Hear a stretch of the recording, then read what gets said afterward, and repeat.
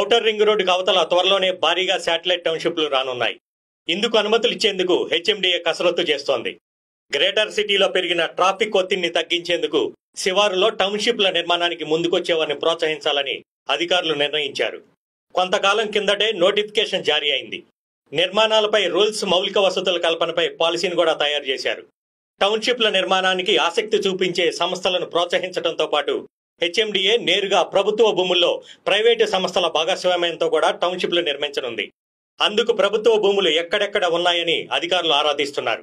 Satellite టౌన్షిప్లు పెరిగితే city మరింతగా విస్తరించనుంది.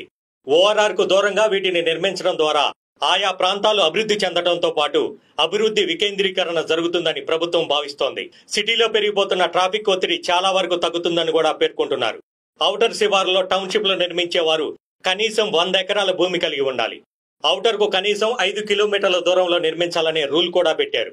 గతంలో నోటిఫికేషన్ జారీ చేసినప్పుడు 2 సంస్థలు టౌన్షిప్ల నిర్మాణానికి ముందుకొచ్చాయి. రంగారెడ్డి జిల్లా శంషాబాద్ మండలం దామర్లపల్లిలో 500 ఎకరాల్లో టౌన్షిప్ నిర్మాణానికి ఒక సంస్థ, ఇంకో చోట 100 ఎకరాల్లో నిర్మాణానికి మరో సంస్థ దరఖాస్తులు చేశాయి.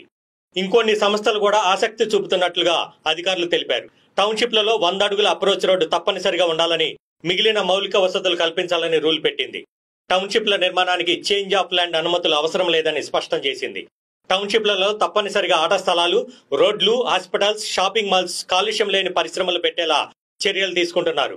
ఇటీవల డిప్యూటీ సీఎం బట్టి విక్రమార్క సైతం ఓఆర్ఆర్ చుట్టూ టౌన్షిప్ల నిర్మాణంపై ప్రభుత్వం ప్రత్యేక దృష్టి పెడుతుందన్నారు. అలాగే వాటి నిర్మాణాలకు ముందుకు వచ్చే సంస్థలకు ప్రభుత్వం సహకరిస్తుందని తెలిపారు. గ్రేటర్ పరిధిలో రోజురోజుకు పెరిగిపోతున్న జనాభాతో ట్రాఫిక్ సమస్యలు ఎక్కువగా ఉన్నాయి. శాటిలైట్ టౌన్షిప్ల నిర్మాణంతో సిటీపై ఒత్తిడి తగ్గుతుందని కూడా అధికారులు భావిస్తున్నారు.